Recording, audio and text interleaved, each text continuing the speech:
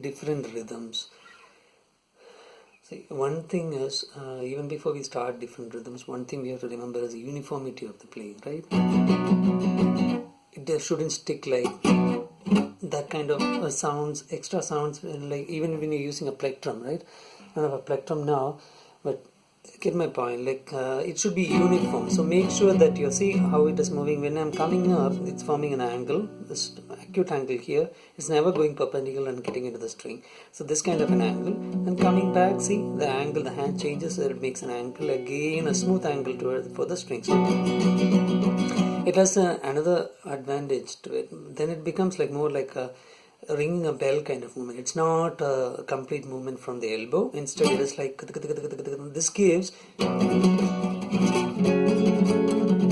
If you use a plectrum, it will be much smoother. But yeah, that is a point. So it's a rotating movement like this. It's not a movement where you move like this.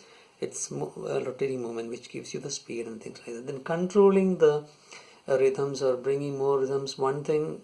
It's using the up and down strokes, which downstroke you use, which downstroke you don't use, which upstroke you don't use. That kind of that can bring you all kinds of variations. For example, the simple 1 2 3 1 2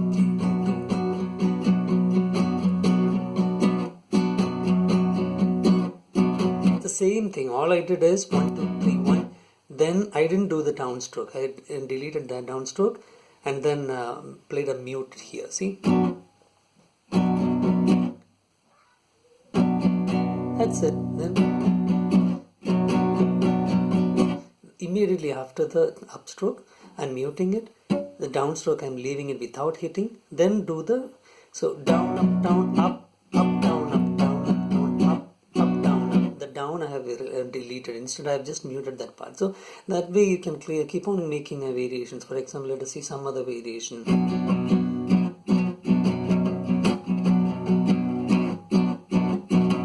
All I did is deleted some downstrokes and used muting to bring the clarity and accent. In order to practice muting, there is something we can again do. Let us say, see, in the beginning part of muting, just keep play some kind of a chord pattern.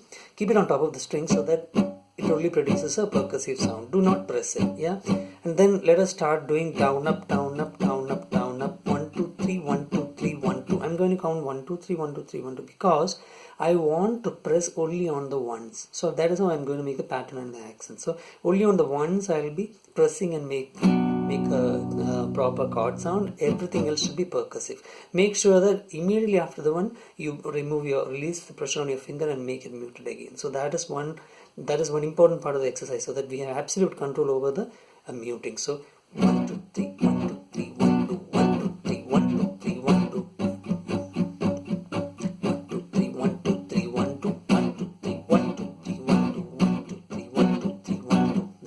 good. That is one practice we can do. Then another thing, just since we are here, one thing you may have noticed is like, in order to give accent, I usually make a difference between the bass string and the treble string. Meaning, if I'm playing for each of the drum, the first important hit, I'm hitting the bass strings. Everything else I'm doing on the treble strings. So that gives kind of like a this kind of contrast, like.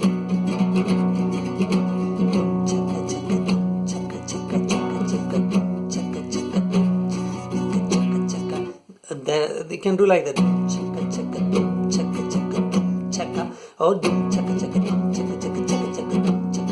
so make that difference, the bass and treble kind of difference when you're playing the rhythms. One more exercise for the mute. Okay, let us do like let us count 1 2 3 1 2 3 1 2 3 4 1 2 3 1 2 3. Okay, only down strokes. The right hand is going automatic, rhythm hand is keeping on going automatic. Here I am just placing my fingers so that it's making a percussive sound. Okay, now I'm going to count it in a different way, and I'm going to play only the ones. So 1 2 3 1 2 3 1 2 3 4 1 2 3 1 2 3 1 2 3 1 2 3 1 2 3 4 1 2 3 1 2 3 1 2 3 1 2 3 1 2 3 4 1 2 3 As you notice, we are not allowing the the chord sounds to spill over to the 2 at all. Immediately after the 1, you have to make sure you are releasing the pressure and making it a mute.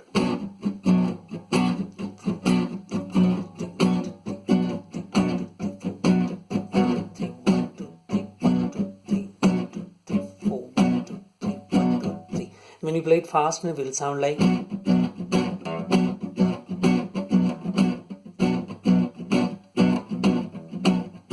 Okay, and and